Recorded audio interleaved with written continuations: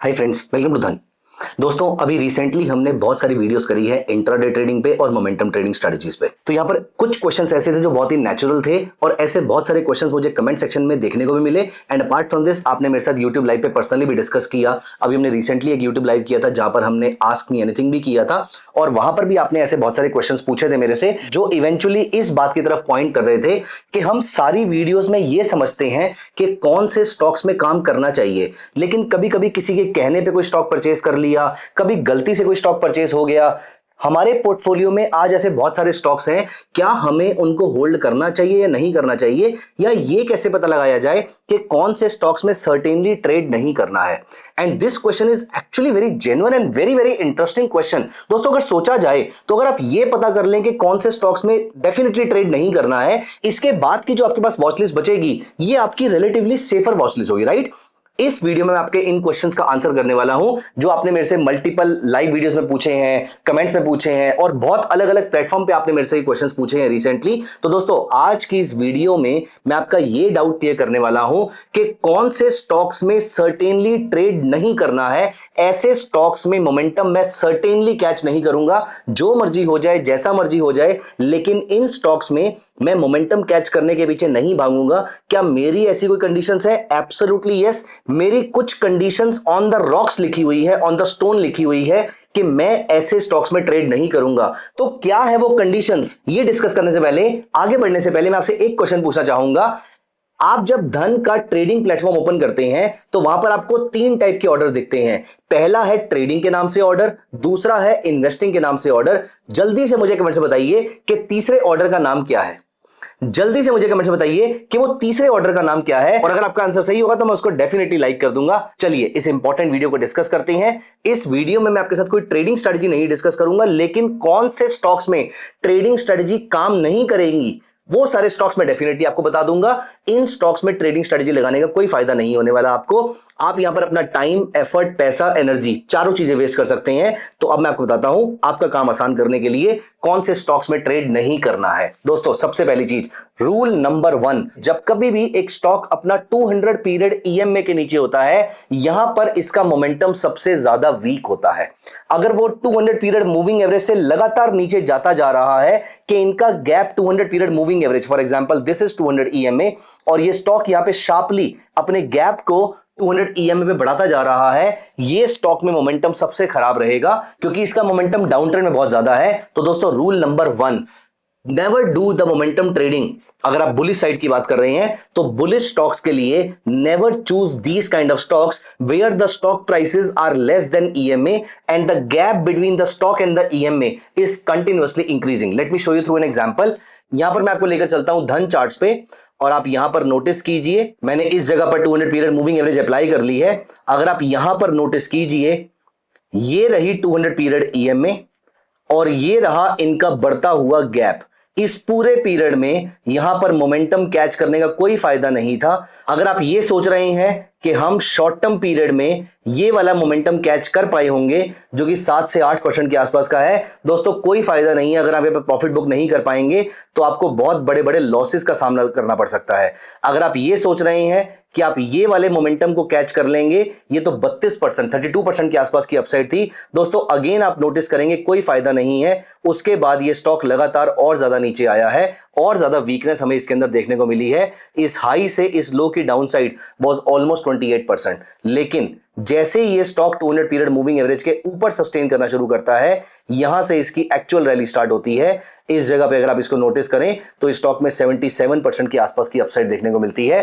दोस्तों, एक stock 200 period moving average के ऊपर और उसका गैप अगर लगातार 200 ईएमए से बढ़ता जा रहा है, ये इसका सबसे गोल्डन पीरियड होता है। तो rule number 1, the stock should be above 200 period EMA अगर आपने उसको ट्रेड करना है। दोस्तों, अगर आप यहां पर नोटिस करें, हम धन के स्क्रीनर पे चलते हैं और हमने स्कैनेक्स पे गए और हमने एक नई स्क्रीन अप्लाई करी जिसमें हमने यहां पर डाला revenue growth rate for the last 1 year is less than 0। मतलब कौन सी ऐसी कंपनी है जिनका रेवेन्यू लगातार कम हो रहा है पिछले 1 साल के अंदर। अगर पिछले 1 साल में जिनका रेवेन्यू कम हुआ है, क्या वो कंपनीज ग्रो कर रही हैं? दोस्तों, ऐसा करने पर आपके सामने 269 कंपनीज आती हैं। ये 269 कंपनीज वो है जिनका रेवेन्यू पिछले 1 साल में कम हुआ है।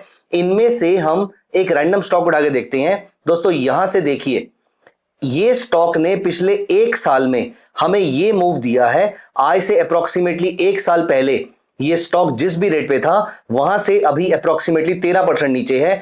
इस बीच में मार्केट जो नीचे आई वो तो आई, अपार्ट फ्रॉम दिस ये स्टॉक 33% नीचे जा चुका था। और यहां पर अगर आप नोटिस करेंगे तो मार्केट जो नीचे आना शुरू हुई थी, निफ्टी में जो हमें वीकनेस देखने को मिली थी वो सितंबर 2024 से देखने को मिली थी, लेकिन ये स्टॉक ने अपना हाई मारा था जून 2024 में। मतलब अगर आप पिछले मई से आज तक का डेटा दिखे जब मैं ये वीडियो बना रहा हूं तो ये स्टॉक ने पिछले एक साल में 0% के आसपास का रिटर्न दिया है। दोस्तों, जिन कंपनीज का रेवेन्यू ग्रो नहीं कर रहा होता उन कंपनीज में मोमेंटम अगर आता भी है तो बहुत ही शॉर्ट लिव्ड होता है। जैसे कि आप यहां पर नोटिस कीजिए, ये स्टॉक 18% ऊपर गया, 18% ऊपर गया, लेकिन उसके बाद ये 19% नीचे आया। फिर ये स्टॉक अप्रोक्सीमेटली 17% ऊपर गया, लेकिन उसके बाद ये स्टॉक अराउंड 28% नीचे आया। फिर उसके बाद ये स्टॉक जब अभी 29% ऊपर गया, उसके बाद ये स्टॉक शार्पली 17% नीचे आया।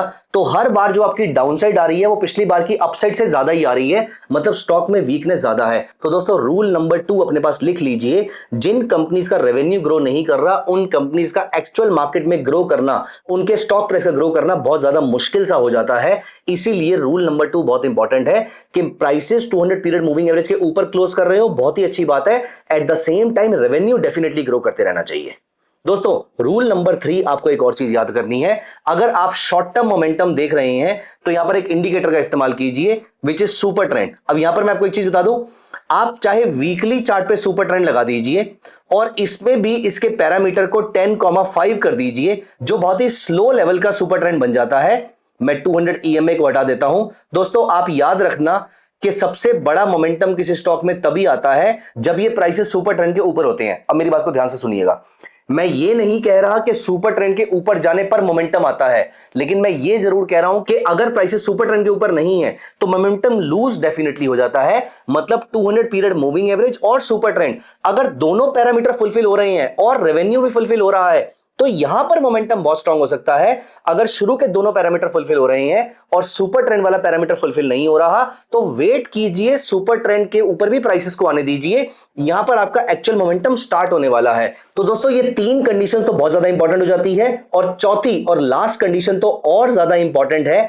लेकिन चौथी कंडीशन पे आने से पहले मैं चाहता हूं कि तीनों कंडीशंस को अभी कभी एक बार कमेंट्स में लिख दीजिए। तो दोस्तों, अब आती है लास्ट कंडीशन जो कि बहुत ही इंपॉर्टेंट कंडीशन है और ये मैं बोलूंगा कि ये इस पूरी सारी कंडीशन का मास्टर है। ये क्या कहता है, आप एक इंडिकेटर अप्लाई कीजिए, ADX, एवरेज डायरेक्शनल इंडेक्स। दोस्तों, एवरेज डायरेक्शनल इंडेक्स का जो 14 पैरामीटर होता है ये एक्चुअली में बहुत ज्यादा वॉलेटाइल होता है। तो आप इस पैरामीटर को इंक्रीज करके 28,28 कर सकते हैं या फिर आप इसको और भी थोड़ा सा इंक्रीज कर सकते हैं, वो आपकी चॉइस, आप कितना एग्रेसिव होना चाहते हैं। लेकिन एक चीज मैं बड़े कॉन्फिडेंस से यहां पर कह सकता हूं कि इस पीरियड में जहां पर ADX जो है वो नीचे आ रहा होता है, जैसे कि यहां पर देखिए, इस पूरे पीरियड में देखिए, इस पूरे पीरियड में देखिए और इस पूरे पीरियड में देखिए, यहां पर अगर हम नजर डालें तो आप नोटिस करेंगे इन पीरियड्स में आपको स्टॉक्स में कोई खास ट्रेंड देखने को नहीं मिलने वाला है। दोस्तों, सबसे बढ़िया ट्रेंड्स आपको यहीं पर मिलते हैं जहां पर आपका ADX लगातार बढ़ रहा होता है। आप यहां पर नोटिस कीजिए, ADX ऊपर जा रहा था, क्या शानदार मूव आ रहा था। दोस्तों, ADX is a very very important parameter. ADX 28 parameter is a refined one compare to 14। तो आई वुड सजेस्ट यू कि आप 28 पैरामीटर यूज कीजिए। आप जो भी टाइम फ्रेम यूज कर रहे हैं 28 हर जगह पे फिट बैठ जाएगा, इसलिए 28 इज अ बेटर पैरामीटर। तो दोस्तों, ये 4 कंडीशंस ऐसी हैं जिनको यूज करके आप ये पता लगा सकते हैं कि कौन से स्टॉक्स में मोमेंटम सर्टेनली नहीं आने वाला। बाकी सारे स्टॉक्स आपकी रडार पे रह सकते हैं, लेकिन इन स्टॉक्स में तो डेफिनेटली ट्रेड नहीं करना है, स्पेशली अगर आपका ADX नीचे जा रहा है। तो प्लीज मेक श्योर कि ADX के ऊपर आप एक खास नजर रखेंगे और ADX को अपने एंड पे जरूर स्टडी करेंगे। दोस्तों, ADX के ऊपर बेस्ड मैंने रिसेंटली 2 ट्रेडिंग स्ट्रेटजी भी डिस्कस करी है।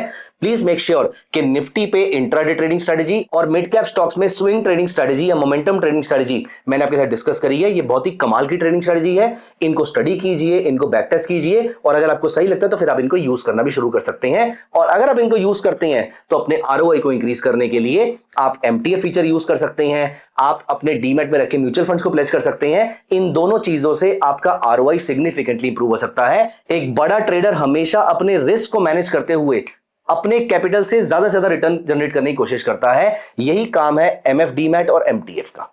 तो दोस्तों ये पूरी वीडियो, ये पूरा कॉन्सेप्ट आपको कैसा लगा कमेंट्स में जरूर बताइएगा, और ये चारों के चारों कंडीशंस कमेंट्स में जरूर लिखिएगा।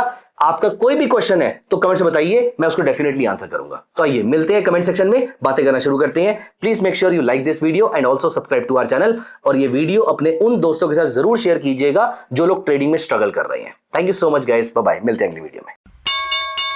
Investments in the securities market are subject to market risk. Read all the related documents carefully before investing.